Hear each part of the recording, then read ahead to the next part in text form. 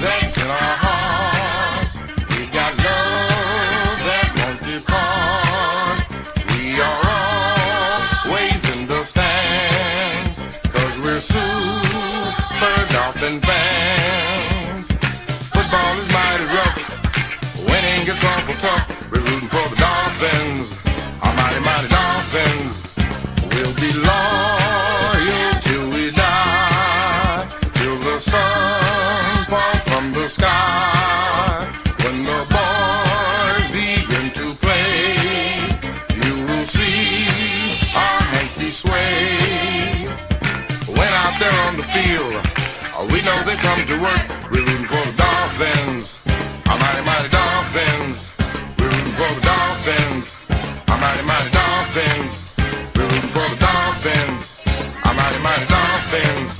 We're rooting for the Dolphins, our mighty, mighty Dolphins.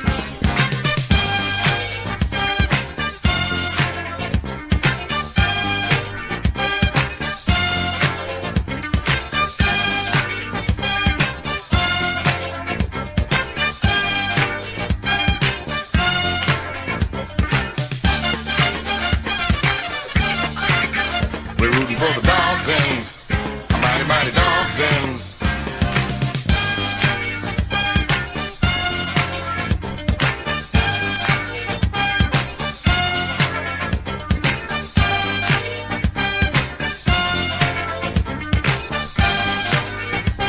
We're rooting for the Dolphins, our mighty, mighty Dolphins.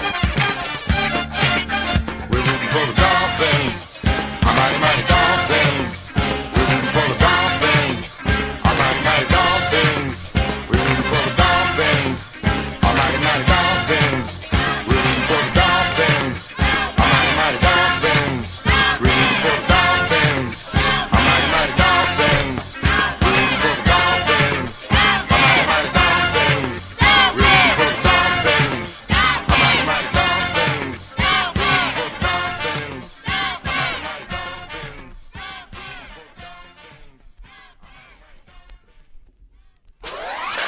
You're listening to the DolphinsTalk.com podcast network.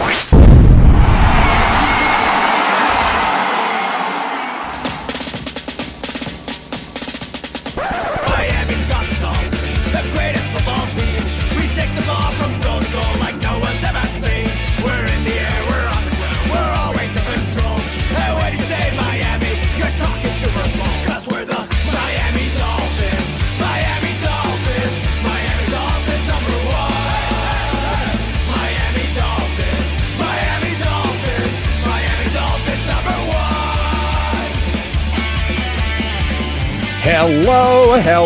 Hello, Miami Dolphin fans, and welcome to the Same Old Dolphin Show, sponsored by BetUS, part of the DolphinsTalk.com podcast network. I'm Josh Katzker. With me today and every day is my brother from the exact same mother, Aaron the Brain. Aaron, say hello to the people.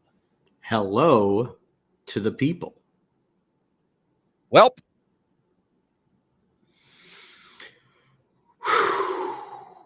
Man,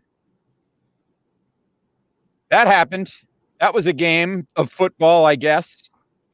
It was not great in any way, shape, or form for the Miami Dolphins, and it was the fourth such game, although, I mean, they did get the win in week one, so there's that.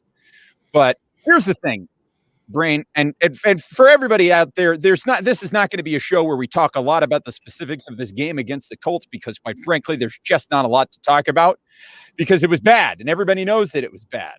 And it is now, I talk all the time on this show about how football is a game in which people overreact to small sample sizes. Well, the Dolphins have now put a month's worth of football games on tape, regulation football games. And man, it's getting to the point where there's an identity forming, and the identity is a feckless offense that can do almost nothing, and a defense that has regressed more than just a little bit since last season. So it's a bad situation. And this was a team with playoff expectations as they came into the 2021 season. And it's just been quite frankly, bad. And but listen, we did this whole thing a week ago where we talked about how we're not going to change the name of the show from the Same Old Dolphin Show until they prove that they're not the same old Dolphins. And well, all that we have so far is indication after indication that they are in fact still the same old Dolphins. So we're going to be talking a lot about that today. We're going to be ranting about that a little bit today, but we also want to hear from you. So we put out a call earlier today on Twitter for folks to share their questions with us for the show. And for those of you who are watching the live stream with us here on Monday evening, we want to hear from you as well. So whether you're watching on the Dolphins Talk YouTube page, hello, YouTube. Hopefully you've subscribed to the page and turned on notifications so you know when we go live. If you haven't yet, do that. Very important. And then on top of that, we're also on Facebook, on the I'm a Miami Dolphin Facebook page, so you can comment there. We're also on Twitter. I think the comments aren't coming through, but make sure that you tweet at us anyway, at Same Old Dolphins or at Amplified to Rock and at Aaron the Brain, at Aaron the Brain, and let us know what you think. And if you've got any questions that are on your mind as you are thinking about what has unfolded thus far this season. It has just been rough, tough to watch.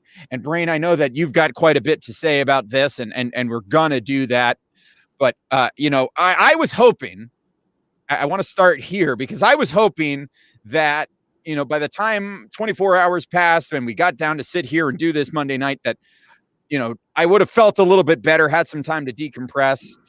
But then we got Brian Flores's press conference on Monday. And he said that he is still evaluating potential changes, including the offensive game plan. But he says, I don't expect any wholesale changes. And these are tweets from Joe Shad, who said, Brian Flores says he's not changing the play calling system. I like the system that's in place, Flores says. I like our process. We've had some good plans going in. We just haven't been able to execute the collaboration. Here's the thing. When a head coach starts putting the blame on execution, that tells you that there is a problem with the coaching. When they're telling you that it's execution, well, the planning is going well. All the plans are going right. It's just not, I like the way that we're preparing. I like the way that we're getting ready. It's just not happening on Sundays. We're just not putting it together. And it's like, whose fault is that? You can't just blame it on execution. There is a coaching problem. There is an offensive game plan and scheme problem. And yes, we can certainly get into the fact that Jacoby Brissett is checking down when he's got receivers that are wide open down the field and is electing not to go to them. We can absolutely talk about that. But there are problems above what the backup quarterback, right? We know the backup quarterback is a problem, okay? But the problems are beyond that. And it's just so frustrating to hear this coach. And I'm sitting here going, man, how quickly we have gone from, wow, high expectations, playoff bound team, to now suddenly we are back onto where we were with Adam Gase, where it's just like, okay, gotta go. And I don't know. And maybe the locker room hasn't yet, but I have lost a lot of faith in Brian Flores and what his plan is this week. Okay. Look, Brian Flores does not get a pass. That's clear. But if you're going to sit here and say that part of the problem is Jacoby Brissett having wide receivers running wide open down the field and not throwing the ball, well, if he's got wide receivers running wide open down the field and he's not throwing him the ball, that's not really on the coach. That's not really on the game plan. That's not on the play call. That's not on the play design. That's on the quarterback. Now, the problem is that the Dolphins invested a lot of money to have a solid backup quarterback in Jacoby Brissett. And they determined that Jacoby Brissett was their backup quarterback. He was their guy. And they've seen him for 2 weeks now doing this, essentially not throwing the ball down the field until we're down by 2 or 3 scores in the fourth quarter. And then somehow we are in the fourth quarter and all of a sudden we're throwing the ball downfield. Guess what? they didn't just start running routes longer than 10 yards. Like, yes, maybe was there a more conservative game plan? I'm sure. Yes, absolutely. But they're not calling 40 passing plays or whatever and having, all of the routes 10 yards and in. There are guys running down the field, and Jacoby Brissett is not throwing them the football because Jacoby Brissett is checking down, because Jacoby Brissett is a bad quarterback. And he should not be the starting quarterback. I know he considers himself a starting quarterback, but he shouldn't even consider himself a starting quarterback next week, because Reed Sinnett should be the starting quarterback next week. I've seen enough of Jacoby Brissett. He does some things nice. It's nice that, he's this big body guy and he can take a lot of hits and he can make some things happen with his mobility when the play breaks down. And that's all well and good. But at the end of the day, it's not getting you anything. It's getting you no offense until you're down by 2 touchdowns in the fourth quarter. Now, as for the coaching, and as for Brian Flores, I don't give a damn about Brian Flores' press conference. Who cares? He's from the Bill Belichick school of, I'm not going to say anything. What do you expect him to say? You expect him to say, we're going to fire our coordinators? We're going to make huge changes? He's not going to say that, because then he's got to do it. Like, he's going to go right after the game. They haven't even looked at the film yet. So he's going to have his ideas, and he's going to give you the milquetoast answer at the press conference, whether it pisses you off or not. I don't even watch the press conference. I don't listen to the press conference. Why? Because you're not going to learn anything. You read a couple of blurbs in the tweets or whatever, but it doesn't matter. What you learn is what you see for 60 minutes on the field. And what we've seen for 60 minutes for the last 3 weeks is a team that's not prepared, that's undisciplined, and that goes on Brian Flores. The bigger part 100%. of it goes on Brian Flores. You want to criticize coaching? You want to criticize the coaching decision, the decision to have these 2 guys as offensive coordinator? That's on Brian Flores. You want to criticize the fact that we haven't had an offensive line coach stick around for a season or more than a season? That's on Brian Flores. They have not gotten it right. And so Brian Flores does not get a pass. But where I'm at right now is that something has to change to ultimately send a message. And sure, you could fire one of your 3 offensive coordinators.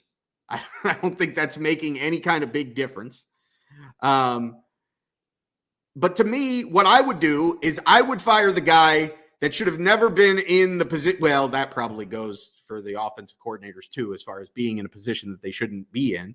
But the guy that's been in a position that he shouldn't have been in since 2016, and a guy that's been with this program, with this team, this franchise, since the year 2000, and has had his fingerprints on the Miami Dolphins draft as the director of college scouting with this team since 2007, to now being the GM. For 14 years, we have seen the Dolphins have terrible drafts. C drafts or below.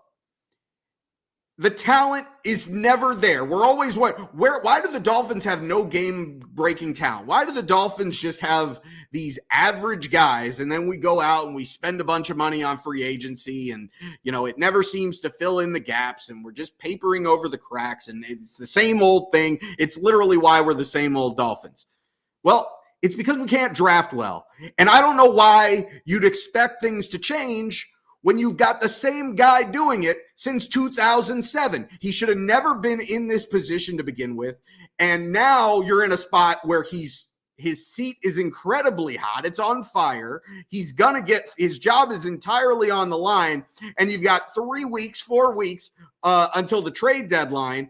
And this reeks of him making some desperation move to save his job. Well, I don't want Chris Grier in the position to where he can make some desperation move to save his job that might haunt us down the road.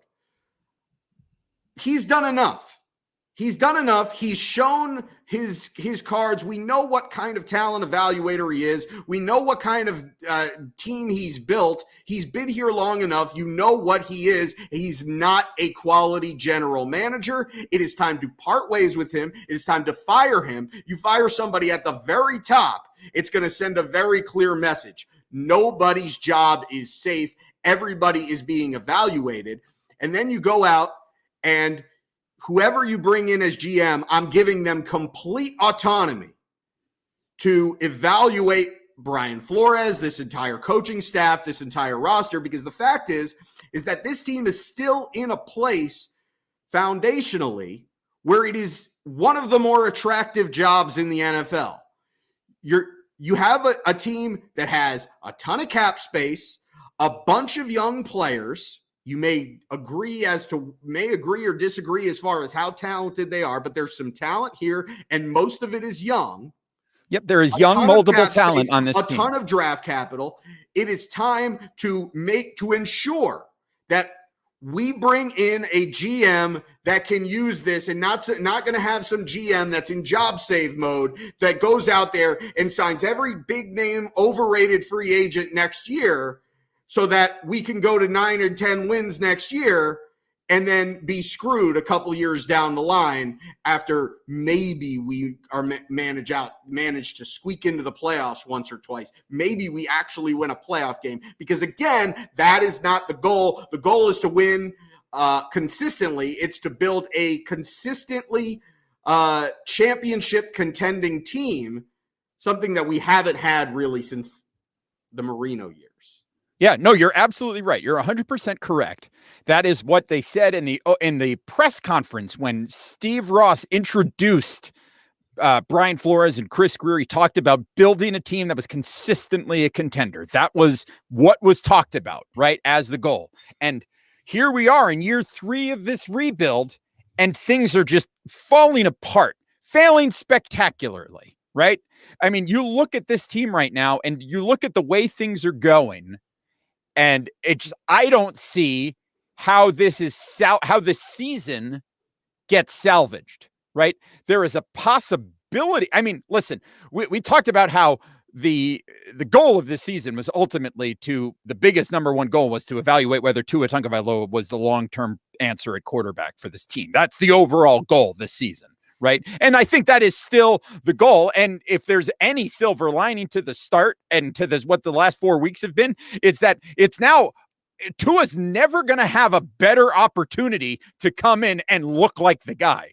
He's never going to have a better opportunity than to follow up this act that we've seen from Jacoby Brissett and this offense for the last 3 weeks. If Tua comes in and it looks exactly the same and things are exactly the same and it's just no good, there's your answer.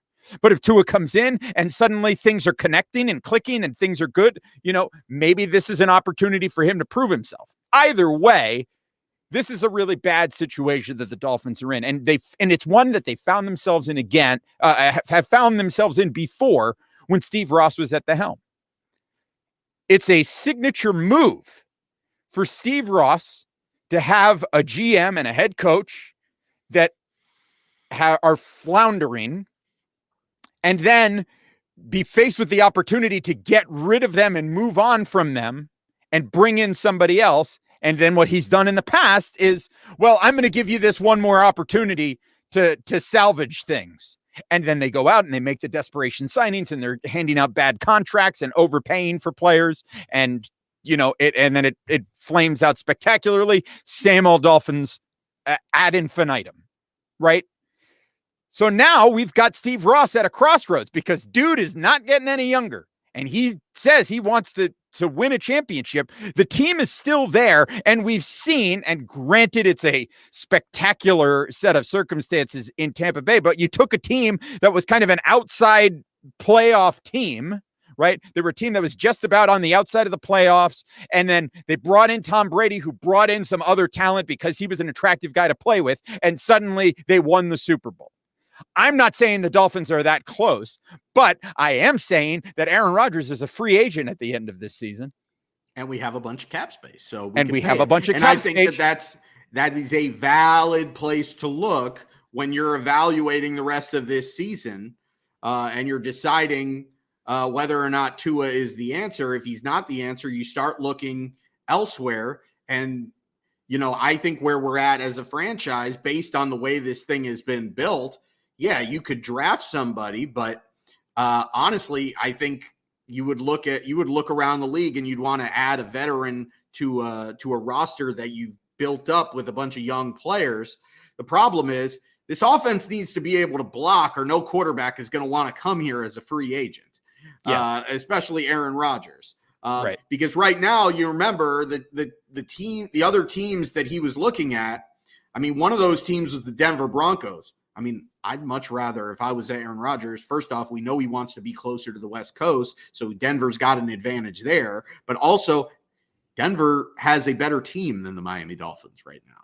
Yeah. So, I mean, the Dolphins are not the most attractive position, but it is an organization that's going to have a ton of cap space, so you could bring in like an Aaron Rodgers, you could bring in a left tackle. I know we don't want to talk about Deshaun Watson, but the fact is that's still out there on the table. And every time the Dolphins have, a game where their offense looks terrible, the Deshaun Watson rumors are going to heat up again, and people are going to say, well, the people that are saying, well, Deshaun Watson wouldn't make a difference here because the offensive line is so bad. Well, I don't agree with that, because he played behind some horrendous offensive lines with the Houston Texans, and he still manned. The problem with Deshaun Watson is entirely the legal matter. Yes. At this point, if Deshaun Watson had no legal matter, he would be a Miami Dolphin. Yeah, It right. would be a I no-brainer. think that's 100% correct. If there were no legal issues, based on the news and the reports that are out there, I mean, if there were no legal issues, he'd be on the team already. He'd have probably been on the team before the season started. Probably. And so, it is what it is. But so the question is, the Dolphins need to rebuild this team, and they need to build this team up in a way to make it a contender, and B, to make it an attractive destination for these free agent players out there. Because you ended up in a situation with Tampa Bay where you had guys taking discounts because they wanted to go play with Tom Brady. Right. So if you can bring in a quarterback along the lines in the offseason of Aaron Rodgers, and look, this is not us giving up on Tua. OK, that's not what this is a conversation about right now. I'm just saying, if the choice is between Tua Tagovailoa and Aaron Rodgers, that's not a difficult choice to make. Is what we I'm also saying. have 13 more games to evaluate. That's correct. To figure this out. But the point is that, Tua, when he does come back, he's got very little margin for error, because we do have the cap space. There are the quarterbacks available, and the team, the organization, from the owner on down to the fans, is extremely hungry. And so Tua is fighting this uphill battle. It's funny because I actually, prior to this week, and I mean, it's not even like Tua's done anything to change this, because it's not like he's playing, he's hurt. But I actually was thinking a lot about the fact that Tua was compared a lot to Drew Brees in the pre-draft process. Mm-hmm. And I thought about, Drew Brees' career, and a lot of people forget that Drew Brees was drafted by the Chargers, and he was a second-round pick, and he, there wasn't these huge expectations right out of the gate because he was not a first round pick, but he had a very storied college career.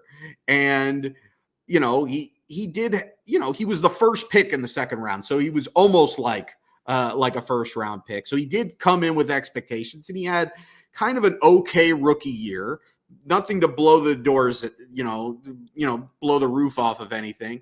And then after his second year, people started to wonder, maybe Aaron Rodgers is not necessarily the answer, so much so that the Chargers ended up drafting Phillip Rivers. Drew Brees, you mean? Yeah, who did I say? You said Aaron Rodgers. Oh, yeah, Drew Brees. Yeah, Drew Brees. That's who we're talking about. So anyway, Drew Brees, people were questioning so much that they ended up going out and they drafted Phillip Rivers. And, Drew Brees had a nice year with the Chargers, but it became apparent that they were going to, eventually move on from him to go after Phillip Rivers, who they took early, with they took Eli Manning and then they did that whole pick swap thing or whatever. So, and then Drew Brees went on to have this amazing Hall of Fame career.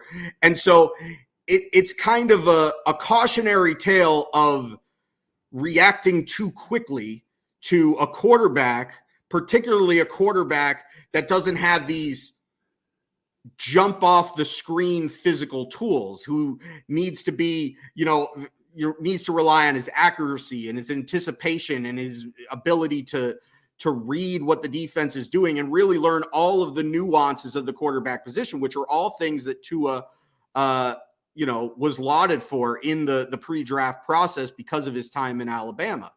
And so the Dolphins could really screw this up, because I'll tell you what the Dolphins will do. The Dolphins will decide after Tua has another, okay year, kind of takes a small step, but doesn't really, have this major jump that everybody's expecting. And we'll trade him away so that we can bring in an Aaron Rodgers or a Deshaun Watson. And then Tua will go on to have a Hall of Fame career. We'll go get Deshaun Watson and he'll end up in jail. That's just the way it goes with this. That would be hashtag same old Dolphin. And what it really comes down to, and I don't really believe in these things, but the longer this team continues this same quagmire, I start to believe it. But Dolphin Stadium, man, it was a Hard Rock Stadium. But even back when it was Joe Rod, it was built on an Indian burial ground. That's it. And they are cursed, man. They haven't won the burial ground, and we're cursed since they moved out of the Orange Bowl. Yeah. It's a bad deal. It's a bad deal. And everything is bad right now. All of the vibes are bad around this team right now. And it's like there's not a lot that you can do about it. I mean, and it's just so painful to watch, because you can see the pieces are there for this team. The pieces are there. I mean, and listen, it is very possible that the Dolphins got a lot of turnover luck last year, right? And to a certain degree, turnovers are fortunate. You're getting the right bounces of the ball, and the defense made a lot of plays, forced a lot of turnovers last year where they, ended up scoring points, and that allowed the team to win some games that they maybe otherwise shouldn't have won. That game against the Rams, for example. Well, we kind of dominated that game, though. I mean, you could say what you want about turnovers, but we kind of dominated the game. But the point that I'm making is that turnover rate is not something that necessarily dictates or predicts what is going to happen in the future, right? Because you happen to have a lot of great luck with turnovers one year doesn't necessarily mean that it's going to continue the next year. And what we said was that, and defensive performance also doesn't necessarily predict future performance. If the Dolphins had a great offense, that's the kind of thing that having a good offense one year tends to mean you're going to have a good offense next year. The same cannot be said when you look at the analytics of defenses, right? And what we're seeing right now is that the defense has regressed, and it has regressed in a way that with the offense has also regressed, which is kind of awful to say. We needed the offense to take a step forward. The offense has actually also taken a step back. And again, it comes back to the fact that Chan Gailey was here and was basically run out of town, right? Because, he was basically brought in to be Ryan Fitzpatrick's offensive coordinator, and then the Dolphins decided to go with Tua, and now we've got Godsey and Studesville, who seem to have no idea what they're doing. Neither of them is apparently calling plays. Apparently, then you also have Charlie Fry, who's the one calling plays, and with all of these cooks in the kitchen, pardon my French, but nothing is fucking working. Yeah, we suck. We suck. We suck, and we somehow are surprised that we suck every year. We delude ourselves into thinking that each year is going to be different, but this team it's the same process. They changed the process for a year. They tore everything down. And then they went out and they spent a bunch of money to bring in some guys on 3 to 4 year contracts, only to watch all of those guys get either traded or released the following year. And then everybody somehow lauded Chris Greer for his flexibility and said, oh, this guy knows when he makes a mistake. Are you kidding me? Are you kidding me? This guy was tasked with the most important rebuild in the franchise history. And he got a whole bunch of cap space, and he went on a huge spending spree. And then he's admitting to you by releasing these guys a year later about what a mistake he made. And now we're a year later, and we're talking about, well, we need to release this guy, and we need to trade this guy. And what about, like, and this guy's been here since he's had his fingerprints on this thing since 2007. Yep. He should have never been in this position. Get rid of Brian Flores, fire his ass. I'm done. Fire him. No more of this, oh, the offensive coordinator. You could have a million offensive coordinators. If your quarterback sucks and your offensive line sucks, you could have the best damn receiving core in the National Football League. It doesn't matter. You're still going to have 3 points through 3 quarters. Yeah, it's just, oh God, it's just, I'm struggling to even find the words because it's just so frustrating. And I'm exasperated thinking about this team because there's so much potential. And it's like, if you know your offensive line is bad, which, you know, at some point you have to look at it and go, my quarterback is not going to have time to throw the ball. So what can you do? Build a plan that, you know, incorporate that. You can't just say, well, I'm going to have my quarterback drop back and try to throw the ball. You've got to figure something else out. You got to get your quarterback moving. You got to get out of the pocket. You got to do something. Granted, we've got Jacoby Brissett. So what can we do? Our hands are a little bit tied, but you've got to be able to figure something out. This offense is so bad. Here's the thing. You can actually run the ball. The Dolphins actually have proven that they have some ability to run the ball this year, but they just seem to be it seems to be anathema to them for whatever reason. They have when we're using a lot of $5 words on this podcast. You today, are, by the way. I mean, I used feckless before, you used something, and now anathema. Anyway, the point is our vocabulary is better than the Dolphins is our football. But I'm just at a loss as to why this team can't figure out how to put, 2 and 2 together to make 4. It starts at the top. I mean, at the end of the day, you've got somebody at the top. The GM is the most important position on the football team. They're the one that sets the tone for how the team is going to be built. They evaluate the talent. They pick the players. The team is bad. The team is bad because the GM is bad. And then it goes down to the coach. And, Brian Flores, I'm not sold is a big, is the reason why this team is regressing, but he certainly isn't doing anything to stop it. And the direction that the team is going, it falls on the coach, especially when you're seeing the team make, the mistakes that they weren't making the last 2 years. You wonder, what is happening here? But then I also look again at decisions that were made with veteran players. They decided that they didn't need to keep, Bobby McCain, who was a huge part of making sure that the secondary was where it needed to be and stable. You could say what you want about Bobby McCain and his, shortcomings as a tackler. But Bobby McCain was the heart and soul of the Dolphins secondary the last couple of years. And Kyle Van Noy, you could say what you want about Kyle Van Noy, and maybe they overpaid for him, and maybe they saved a lot of money by cutting him when they did. But Kyle Van Noy would be making a big difference on this defense right now.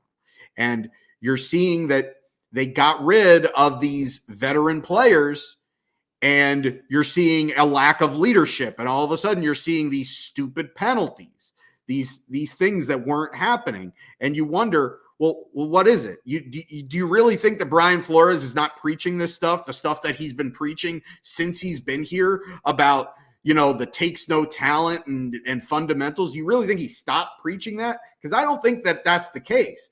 I think what happened is you stopped having players holding players accountable because you got rid of the veteran leadership on this team, and you're relying on the development of all of these younger players to become your new leaders. And the problem is the young players aren't developing. And who picked those young players? You guessed it, Chris Greer. It's time. It all trickles down from the top. It all goes to Chris Greer. And I just don't want, I hope, and I pray, first off, I hope that they make the move now before he does something stupid before the trade deadline. But assuming he doesn't do anything stupid before the trade deadline, I don't want this guy having this huge offseason, that's this hugely important offseason. I don't want Chris Greer to be the guy making the decision. Yeah, that's fair. That's fair. And I think that's right. And I think any Dolphin fan worth their salt needs to ask themselves whether they think it's right that Chris Greer be the guy that is in charge of this offseason. And speaking of Chris Greer, we got a good question that just came in from Facebook here.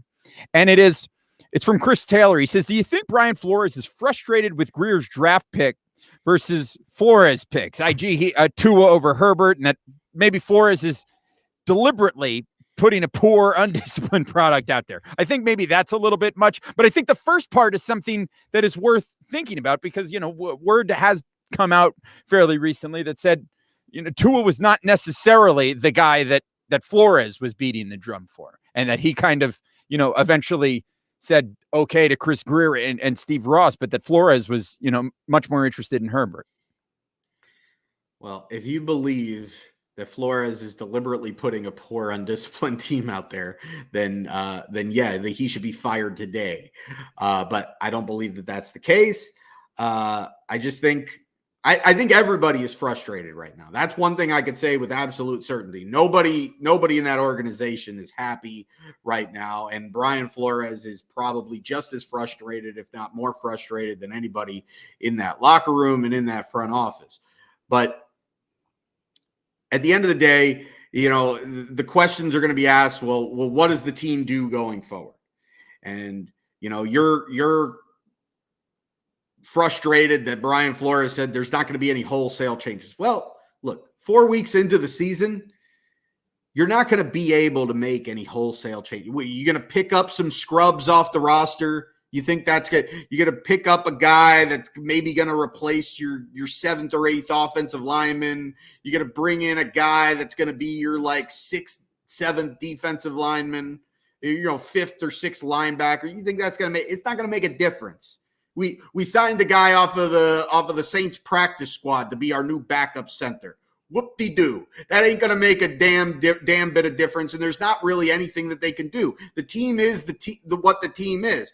At this point, Brian Flores is tasked with the challenge, as he has the last 2 years, of figuring out how to get this team to make a huge jump in their play after a slow start. Now, if you want any kind of silver lining, aside from just, the fact that Tua will be back in 2 weeks, all you got to do is look at the last 2 seasons and at the way the Dolphins were playing at this point in the season over the last 2 years and realize they turned it around really, really quickly. You really just had to look at last year after they lost that game to, I believe it was it the Seattle game? Yeah, I believe it was the Seattle game that dropped Miami down to 1-3 last year. And we were searching for answers and wondering how this team was going to turn it around. And then they won 2 games in a row. They were 3-3 going into the break. And all of a sudden, everybody was talking about how, this team had things moving in the right direction. And it just goes to show you how things can turn around really, really quickly. The problem is, you don't really expect that when you've got to go to the Super Bowl. You got the defending Super Bowl champs next week. If you start 1-4, I think you're pretty much screwed. This thing is over, in my opinion, as far as expecting this team to make some sort of run to the playoffs. I don't think this team is going to be a playoff team. They're just not good enough. And, maybe some of that is coaching, most of it on the offensive side of the ball. But the bottom line is it's just not, the team is not good enough to make the playoffs right now in the AFC. So really what it comes down to, you're evaluating, like it does any year that you don't make the playoffs. It comes down to evaluating everybody. Evaluate what you got, which guys are going to be your long-term answers and your foundational pieces, and what do you have to do to continue building that foundation. This team is obviously in a much better situation than they were in a few years ago when they tore this thing down to the studs, and they're in a better situation than they were at before they tore this thing down to the studs. There's, like I said, there's a lot of young talent on this team. Sure, a lot of it's got to mature and grow, and some of it is not going to work out. But they've got a lot of young talent. They got a lot of cap space. They've got a lot of cap flexibility, and they have a lot of draft capital. So there's still a lot of reasons to be positive about the direction of this team in the future. You just can't feel good about the guy making the decisions right now. And until they change that, you shouldn't feel good about it. You should just expect that it's going to be the same crap year after year after year. And don't get excited when the Dolphins go on a little bit of a winning streak in the middle of the season when the schedule gets soft and think, oh, okay, you know what? Chris Greer is doing a good job anyway. It's time to – no. You've seen enough now. Make the move now. Fire his ass. And that's what Angry Al has to say. Angry Al says fire Greer. And I think you make a good point. And, you know, here's the thing. I mean, like, and that is, I think, a good thing to say to those who are just despondent and have, you know, no kind of idea of I've got 13 weeks of football left in this season. Do I just stop watching? I mean, basketball season's around the corner. Preseason Heat game is on right now. You got hockey starting up, you know, baseball playoffs. But, you know, if you want to watch, what do you watch here? And I think the thing to say is this. Yeah, last year, you know, Dolphins were 1-3 and we're going on the road to the home of the defending NFC champions.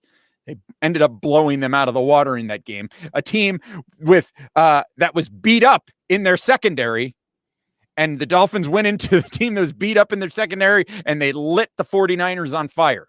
Well, this year they're going to travel to Tampa to take on the Super Bowl champions, but a team that is very beat up in the secondary. Now, I'm not expecting in any way, shape, or form that this team is going to turn it around, but you're saying there's a chance? Listen, I'm not holding my breath. The Dolphins are going to get boat raced next weekend. But, you know, looking at it, if you need something to look at, again, the table is set perfectly for the Dolphins to spend the rest of this season evaluating Tua. Like, you're certainly going to be able to, he's going to get every little bit of the benefit of the doubt that he could possibly get coming in for the rest of the season based on the performance of Jacoby Brissett, right? He's going to be the guy. So let's see what you got. So there's that. And then the continued evaluation of this offensive line, and can they eventually improve and put it together? Can we eventually get Will Fuller and his broken finger back into the lineup to see what he is capable of? Because maybe he's a guy that you can include in this story going forward. I mean, basically what you're looking at is you're back in evaluation mode. And it's like, who are the guys that are going to be the pieces that you continue to move forward with? And who are the guys that you would need to move on from? And you need to make that decision. But as you said, the biggest question of all is the person who is going to be making all of those decisions the right person? And if it's Chris Greer, he's not the right person. And I think that is abundantly clear at this point. And not only is he not the right person, but he's not the right person. And he's going to be, if he's around next year, he's going to be on that. He's going to be a lame duck. He's going to be in that situation where he's got to win now. And that is not what you want. You don't want your GM to be in a position where he knows that he has to be in job save mode to make decisions that are going to impact the team for the next 4 or 5 seasons. So if you're already in that mode where you're saying, well, I'll give him 1 more year. If you're saying I'm going to give my GM 1 more year, it's time to fire him. Yep. If you have a GM, you have to feel confident that your GM is going to be there for at least 3 years.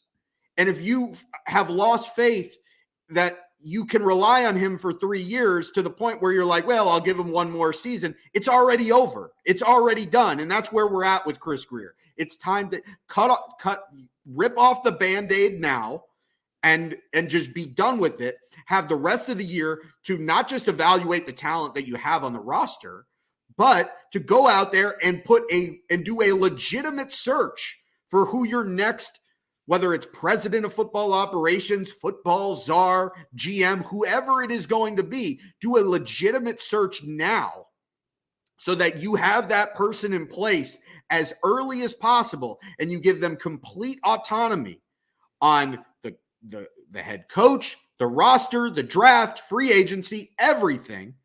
And you let them build this thing because the longer you leave Chris Grier around, the longer you're waiting to just be convinced otherwise that maybe he's worth another year.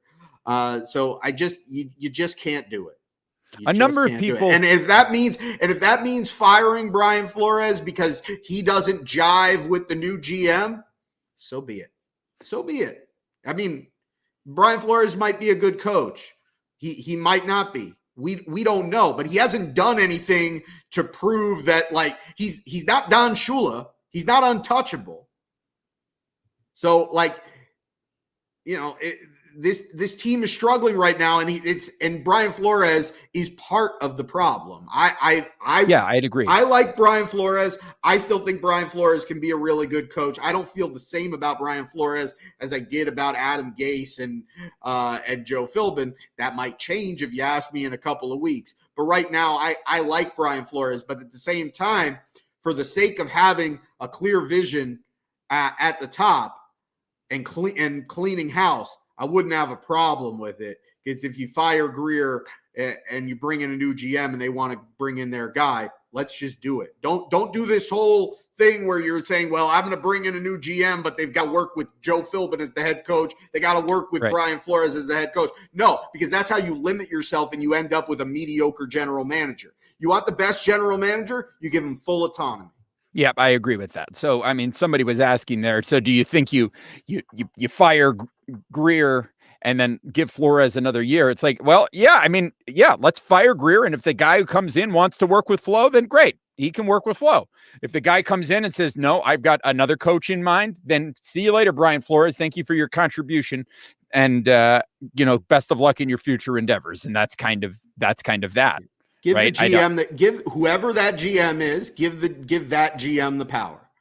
That GM, if that GM comes in and they say, hey, I really like Chris Grier, I think Chris Grier is a great head coach, fine, as long as they jive well together. But don't have it be this prerequisite like they did with Joe Philbin when they brought in a GM, where they said, well, we're looking for a new GM, but they have to be okay with, we're not firing Joe Philbin. No.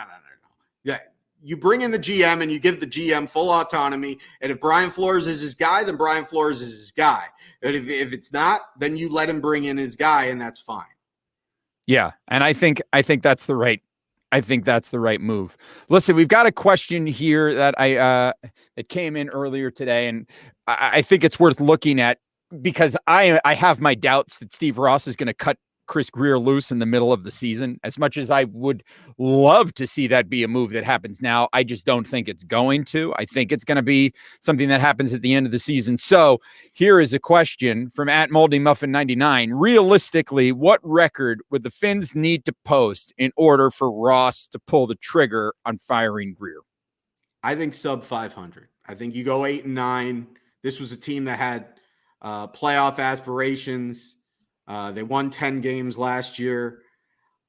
I could see a scenario. I would hate this scenario, and this would be such a same old Dolphin scenario, that this team manages to go 9-8.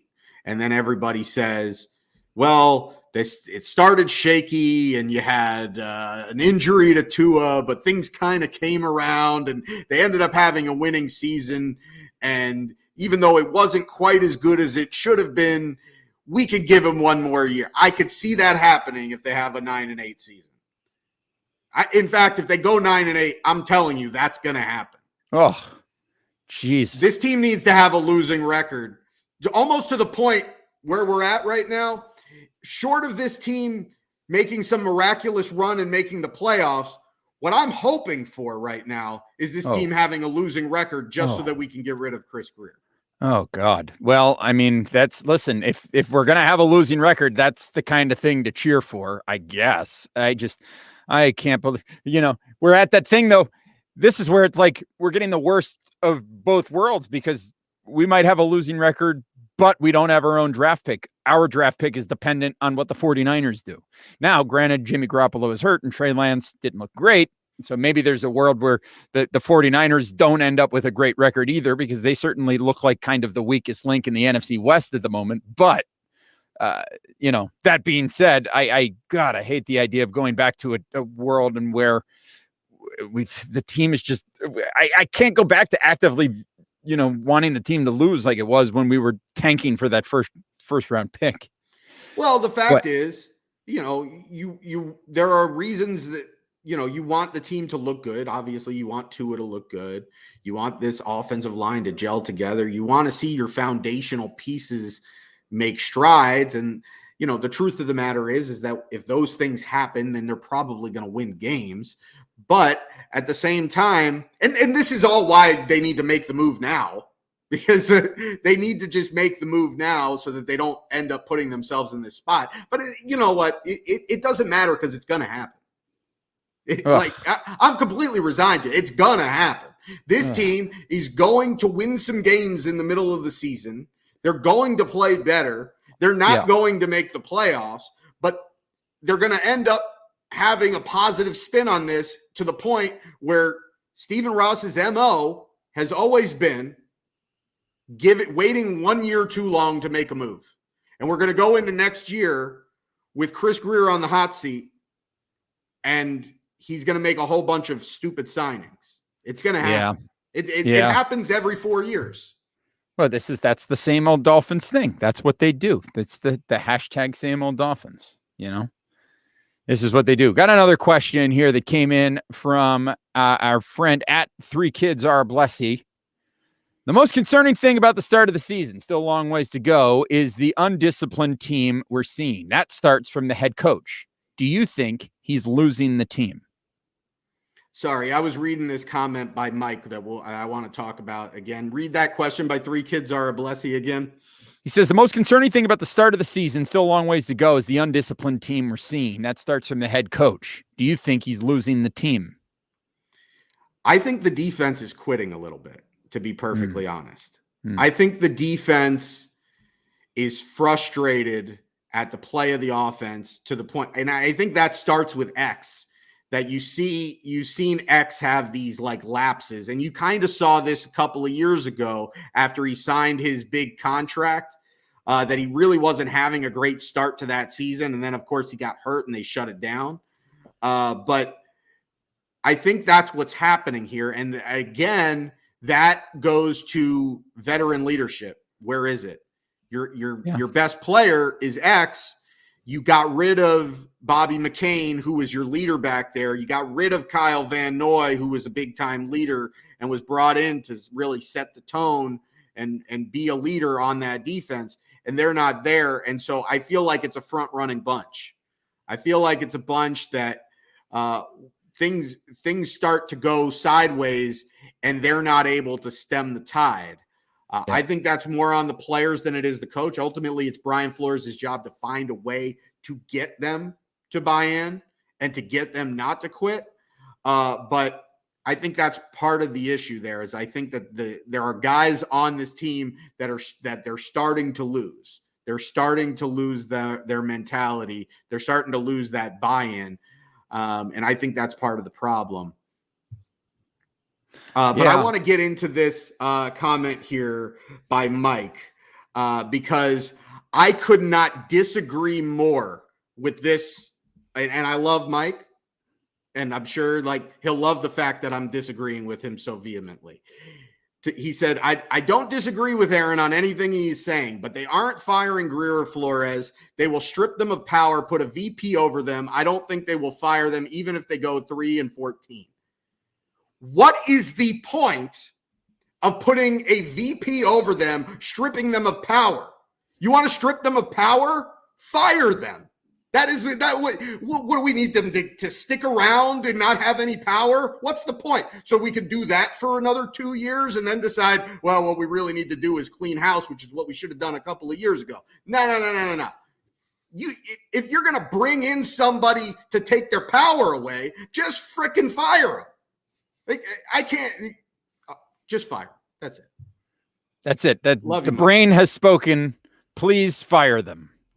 That's fair. We also had a question, Brain, that was more of a somebody's asking, should we go get Watson? Listen, I've said this before and I'll say it again. In a vacuum, absolutely, I would say go get Deshaun Watson. But in the world that we live in, where Watson has all of this tied up with all of the nonsense that is going on off the field, it speaks to the character of the person. And quite frankly, it's the risk reward is too great. You know, given the amount of capital that you'd have to give up to bring a guy like that in and then risk the possibility of him never being able to play for your team, it's just not a worthwhile thing to do.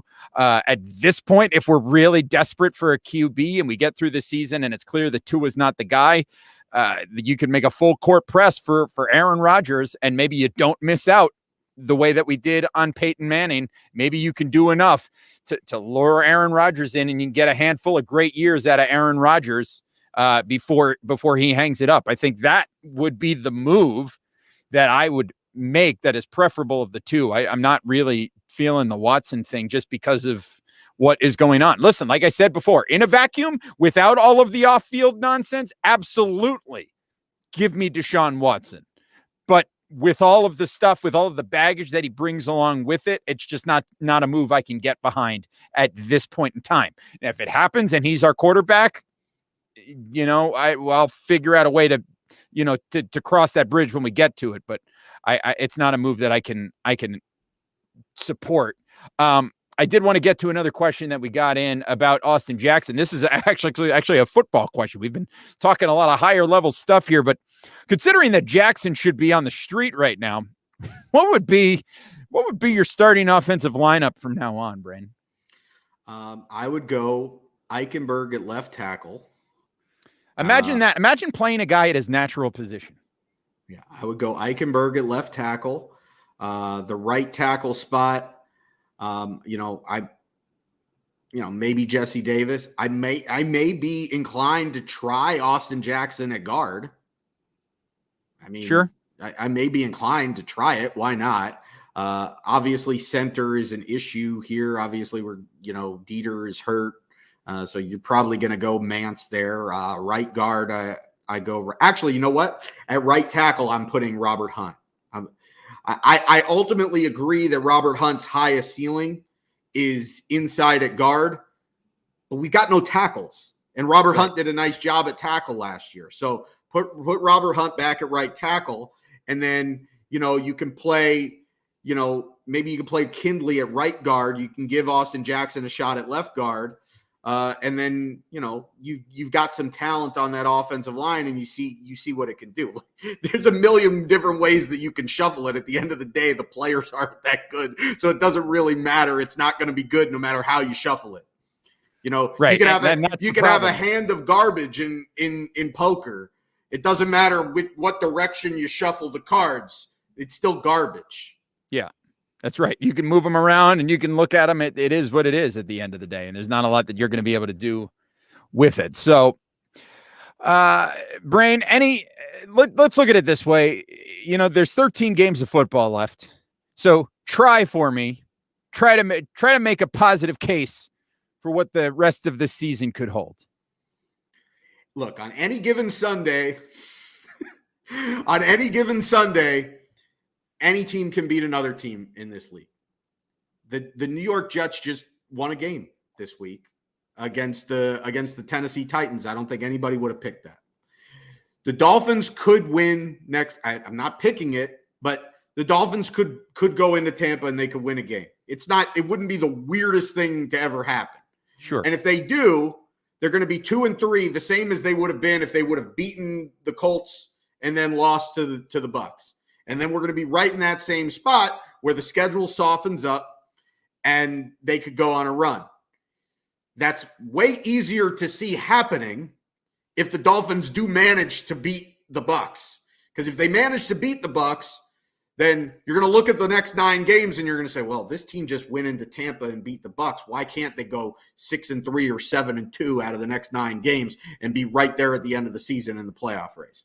You want to make a positive spin, it's there. That's where it is. You also have the fact that Tua is going to be back in a couple of weeks. We've seen how bad Jacoby Brissett is.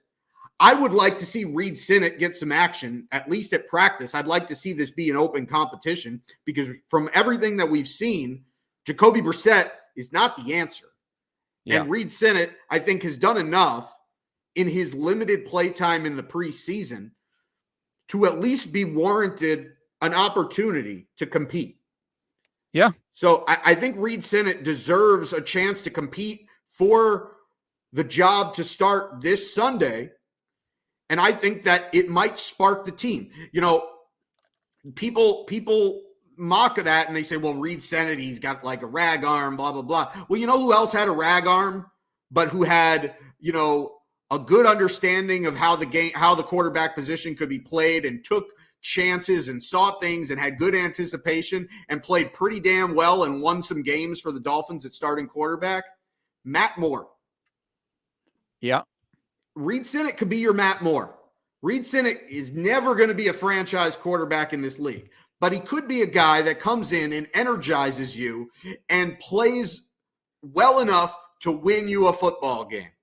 And that is what the Dolphins need right now. They need to win one football game. Because if they win one football game this Sunday, it changes the outlook of the entire season. Yep, it does. Again, I'm not holding my breath and saying that that's something that I expect to happen, but it is a situation that if it could happen, would absolutely help the psyche of everybody, you know, that cheers for this football team. And don't get it twisted, because I see somebody out there who's making a comment that why can't people support this team? And like, this is the thing. We do support this team. We love this team. We want nothing more than this team to succeed. But we've seen the same old story over and over and over again.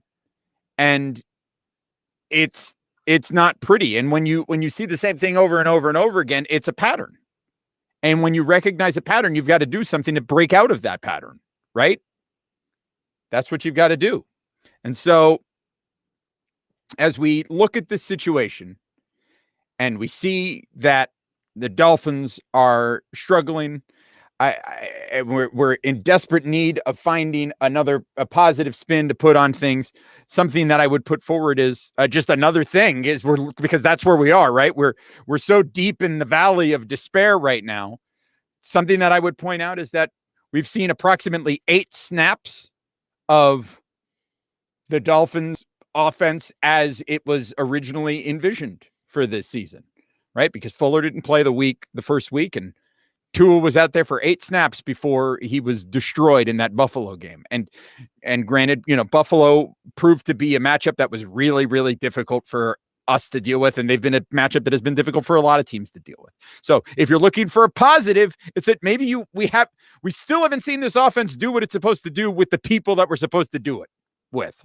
So maybe there's a positive there. But as I'm sitting here and I'm watching it right now, you know, if I'm trying to be positive, there's a long way to go, and anything can happen between now and then. But, you know, it's pretty dark at the moment. I mean, at this point, if you're expecting Will Fuller to come in and actually be on the field and make a big difference on this team, you better have the PEDs ready for him. Yeah, I mean, because that's apparently the only thing that's been able to keep him healthy, which is a troubling sign. But at least it was only a 1-year deal. So Chris Grier, he doesn't get the best talent, but he structures the contracts well. Yeah. Hey, at least he's doing that. At least he's got that going for him. So good for him. We'll have cap space every year, and then every year we'll structure those contracts really well. We'll get no talent out of it, so we'll be in the same spot the following season. But we'll be able to get rid of those players the following season so that the following year we'll have the cap space again so that we could start the cycle over again. Yeah, that's right. That's right. So there it is. That's where we're at. We will take a laughing to myself because I'm thinking about us trying to preview the Dolphins Bucks game later this week. And that's going to be tough based on everything this team is showing us so far. It's going to be really tough to take a look on Thursday and try to figure out, try to find a way that the Dolphins defeat the Bucks. But basically, here's what it's going to boil down to, which is the same thing that it always comes down to: is the Dolphins are going to need to play a perfect game, their best possible game. It's going to need to be perfect, and they're going to need to hope that the Bucks have an off day. And that's basically the only way that the Dolphins come out of Tampa next week with a win. But we'll get into that in a little bit more detail. We're going to do that on Thursday when we do this. Listen, I'm realizing, Brain, we're almost to the end of the episode. I haven't done a Manscaped read yet. Yeah, the fans are the ones that reminded us. We got so angry we forgot to shave our balls. We got so mad. So here, allow me to dive into this incredible new ad read from Manscaped. You ready for this? Hold on. Wait, I'm gonna put up the graphic here so that everybody's, and those of you who are tuning in, like, get ready, because this is some excellent verbiage that they provided for us here. Ready? Here we go. Ah! Ow! Oh my God! Oh no! It's a bloodbath in here. There's got to be a better way to get my dagger clean and shiny safely than this. This is what I used to deal with when I cut myself shaving before I knew about Manscaped. Thank you, Manscaped, for keeping my dagger slick and ready for wherever the night takes me. Manscaped is trusted by over 2 million men worldwide. Join the movement by going to manscaped.com for 20% off and free shipping with the promo code Dolphins Talk. How's that? How's your dagger over there? Well, it's clean and shiny. Thank you very much. And slick.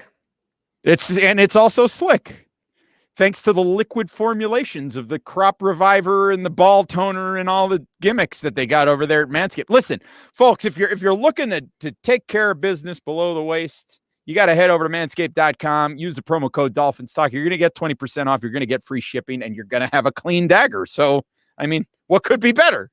What could be better than having a clean dagger? You know what I mean? Talk about your happy dagger. Listen, my dagger is a lot happier than Dolphin fans right now. So that's what you want to do. You want to go to Manscaped, use the promo code Dolphins Talk, get 20% off, get free shipping. You want to go to BetUS. You want to use the sign-up code Dolphins Talk, get 125% sign-up bonus, and hopefully you're taking the advice of us over on Pick 6 with David Behrman, which is on the Dolphins Talk YouTube channel, which you should all be subscribed to. You should also be subscribed to the Same Old Dolphin Show on Apple Podcasts, Spotify, Stitcher, everywhere you get your podcasts. That's what you should be doing. If you haven't done it yet, there's still time to go out there and do it. So do it. It helps us out. We appreciate it. And if you leave us a 5-star rating and a positive review, we would appreciate that very much as well.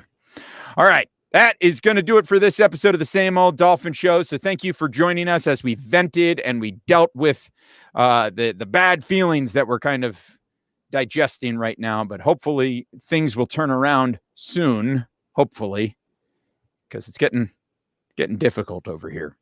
But we'll be back Thursday to preview the next game, and we'll do our best to keep our chins up and stay happy. And listen, sometimes, folks, you just got to do something else. Don't pay attention to the Dolphins. It's okay. It's okay. Watch some Real Housewives. Sometimes you can go watch Real Housewives with the brain. You can watch Ted Lasso. You can watch What We Do in the Shadows. You can watch your pro wrestling. Your AEW is really good right now, folks. So if you're into the pro res, check out the AEW. It's pretty good. Pretty good. Don't watch WWE. You'll pull your hair out just as much as if you were watching the Dolphins.